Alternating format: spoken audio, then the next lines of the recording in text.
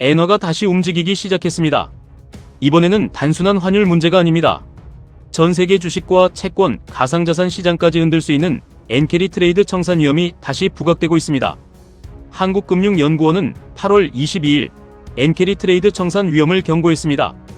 일본의 금리 인상과 미일 외환시장 개입으로 엔화 약세가 이어지기 어려워졌다는 겁니다. 엔캐리 트레이드는 간단합니다. 금리가 낮은 일본에서 엔화를 빌린 뒤 이 돈으로 미국 주식이나 채권, 신흥국 자산처럼 상대적으로 수익률이 높은 곳에 투자하는 방식입니다. 문제는 이 거래가 성립하려면 두 가지 조건이 필요하다는 겁니다. 일본의 금리가 낮아야 하며 엔화가 계속 약세를 보여야 합니다. 그런데 지금 이 두 가지 조건이 동시에 흔들리고 있습니다. 일본은행은 지난 6월 기준금리를 1%까지 올렸습니다. 31년 만에 가장 높은 수준입니다. 여기에 로이터는 일본은행이 이르면 오는 9월 추가금리 인상을 단행할 가능성이 있으며 이후에도 더 공격적인 금리 인상을 검토할 수 있다고 보도했습니다. 일부 투자자들은 일본의 정책금리가 결국 1.75%에서 2%까지 올라갈 가능성까지 반영하고 있습니다. 이렇게 되면 엔화를 빌려 해외 자산에 투자하는 매력이 떨어집니다. 엔캐리 트레이드에는 또 하나의 중요한 변수가 생겼습니다. 그것은 바로 환율입니다. 지난달 말 미국과 일본이 엔화 가치를 방어하려고 이례적인 공동 외환시장 개입에 나섰습니다.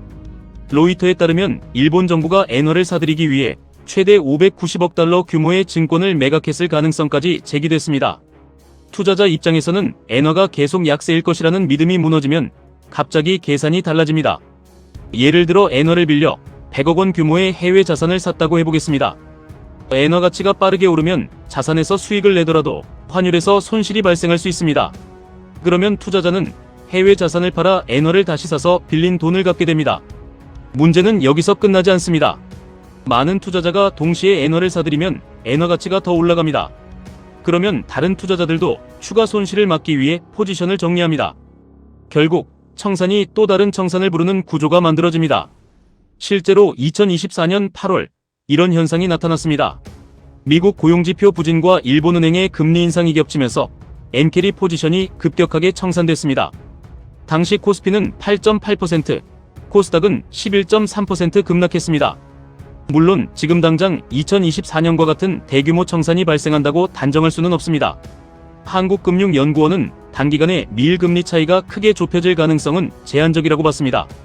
따라서 대규모 엔캐리 청산이 당장 현실화될 가능성도 크지 않다고 평가했습니다. 하지만 시장이 주목하는 것은 현재의 금리 수준보다 앞으로의 방향입니다. 일본은행이 추가 금리 인상을 예고하고 있고 미국과 일본의 외환시장 개입으로 엔화 약세에 베팅하는 것도 이전보다 부담스러워졌습니다. 실제로 로이터는 최근 엔화 숏 포지션이 줄어들면서 일부 투자자들이 새로운 자금 조달 통화로 스위스 프랑을 찾기 시작했다고 보도했습니다. 이건 엔캐리 시장의 구조가 조금씩 변하고 있다는 신호로 볼 수 있습니다. 결국 앞으로 가장 중요한 건 엔화 자체가 아니라 세 가지입니다. 엔화가 얼마나 빠르게 강해지는지, 일본은행이 얼마나 빠르게 금리를 올리는지, 그리고 투자자들이 얼마나 동시에 위험자산을 팔기 시작하는지입니다. 이 세 가지가 한꺼번에 움직인다면 이야기가 달라집니다. 청산이 본격화되면 엔캐리 트레이드의 충격이 일본을 넘어 미국과 한국 증시, 신흥국 시장까지 번질 수 있습니다. 지금 당장 금융시장이 무너진다는 이야기는 아닙니다.